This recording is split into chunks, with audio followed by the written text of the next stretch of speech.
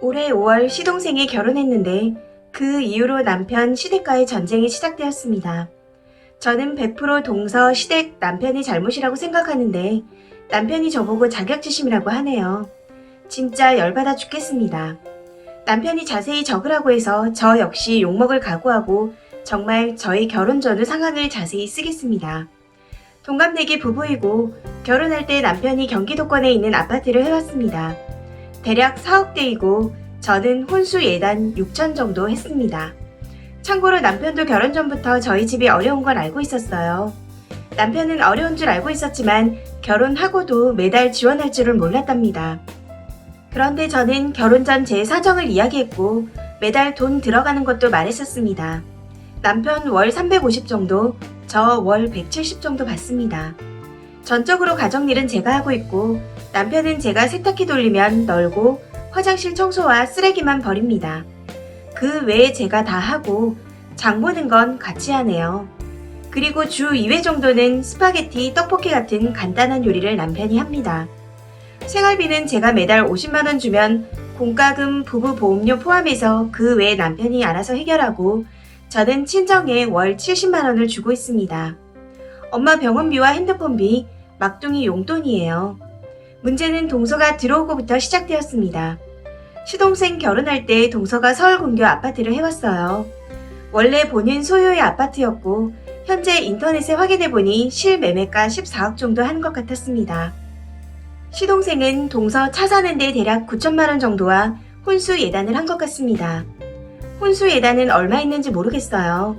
두 사람 벌이는 모르겠지만 시동생은 전문직이고 동서는 주부입니다. 말이 주부이지 월 벌이는 시동생보다 더 많다고 들었고요. 저와 동서의 갭 차이가 큰 만큼 시댁에 들어가는 돈도 다릅니다. 동서는 정해놓은 용돈은 아니지만 그냥 달에 대략 100 정도에서 더하면 300 정도도 준다는데 저는 위에 썼다시피 친정 70 정도 드리면 남는 게 없어요. 동서가 10월 달에 시부모님 해외여행 보내드렸고 이외에도 이것저것 가전제품, 선물 등등 많이 드리는 것 같지만 전 결혼 후 시댁에 뭐 하나 해드린 게 없습니다. 생신 때 남편한테 5만원을 주면 그 외에 남편이 더 보태서 생신 선물 사드렸습니다. 그런데 올해 6월부터 갑자기 남편이 자꾸 전에 없었던 요구를 하기 시작했습니다. 생활비를 반반 내자부터 시작해서 각자 시댁 친정에 동등하게 용돈을 드리자고 합니다. 시댁은 솔직히 풍족하지만 저희 집은 엄마가 아파서 매달 들어가야 하는 돈이 있고 늦둥이가 있어서 솔직히 많이 힘듭니다. 그러면서 생활비 반반 내면 집안일도 반반 하겠다는데 본인이 집안일을 안 하는 것도 아니라고 하네요. 청소는 제가 다 하는데 음식도 주에 3-4번은 제가 하고 그 외에 남편이 하는데 남편은 거의 간편 음식 위주로 합니다. 그리고 원래 결혼 5년차에 집을 공동명의로 바꿔준다고 했었는데 이걸 무효화시키려고 하네요. 시어머님은 자꾸 동서 자랑을 저 들으라는 식으로도 하시는데 가족 모임 때 가서도 동서 이야기만 하셨습니다. 정말 옆에 저 있는데도 계속 동서 이야기만 하시더라고요. 마지막으로 이게 제일 빈정 상하는 일인데 김장때 동서는 해외여행 일정으로 못 왔고 100만원 드렸다고 하더라고요. 저는 3일 전부터 준비를 했거든요. 그런데 동서 칭찬만 하시더군요. 남편한테 이야기하니 김장은 저희 때문에 하는 거니 그럴만 하다네요. 동서 돈으로 김치 해먹는 거니 그냥 아무 말 하지 말라면서요. 솔직히 저랑 남편이 어머님 김치 좋아하는 거 맞습니다. 그래서 3일 전부터 준비하는 거고요. 그런데 동서 돈으로 해먹는 거라뇨? 그럼 동서는 제가 만든 김치 먹는 거 아닌가요? 너무 얄밉습니다. 그리고 제 노동의 가치는요? 동서네가 김치 한 통을 가지고 갔더라도 그건 제가 만든 김치 아닌가요? 이 문제로 너무 심란해서 동서에게 카톡으로 이야기를 좀 했습니다. 시댁에 용돈 주지 말아라. 줄 거면 100만원 넘지 말아라. 시댁 여행 문제는 나랑 상의해라. 1년에 한 번 정도 보내드리자. 나도 조금은 보태겠다. 그리고 시댁 외식 2달에 한 번으로 정하자. 그 외에 사적으로 만나서 뭐 사드리거나 외식도 자제 좀 해달라. 나랑 동서랑 너무 비교하신다. 그리고 김장일은 내가 거의 다 했는데 고맙다는 말 한마디 없는 거 너무 서운하고 예의 없는 것 같다. 하고 시댁 방문도 자제 좀 해달라고 했습니다.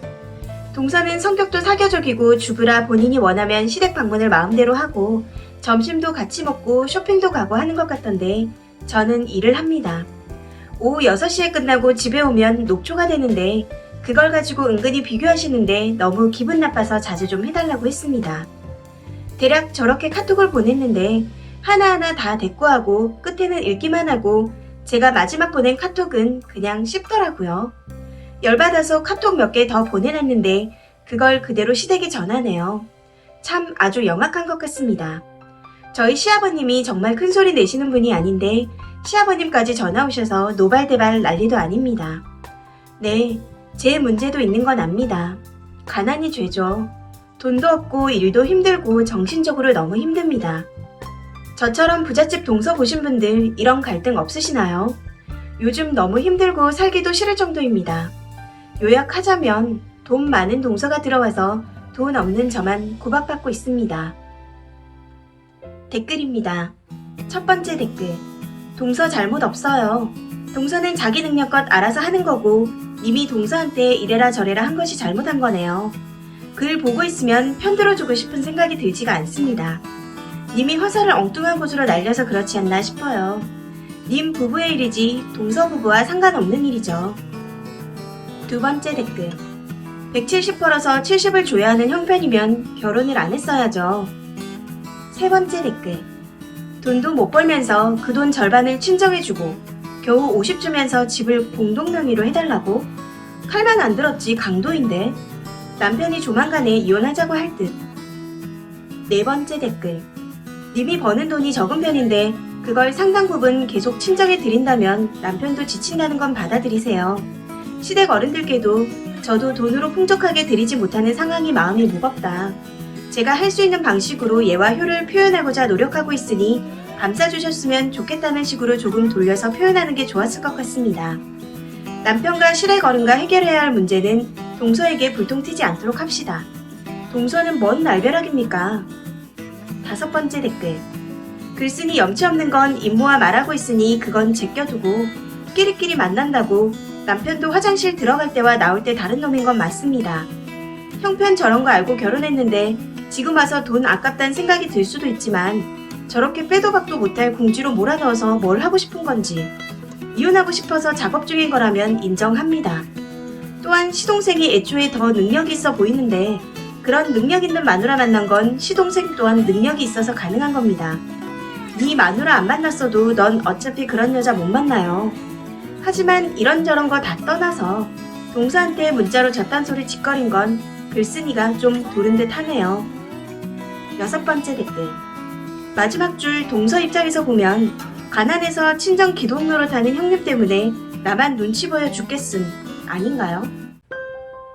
이 사연은 여기까지입니다. 시청해주셔서 감사합니다.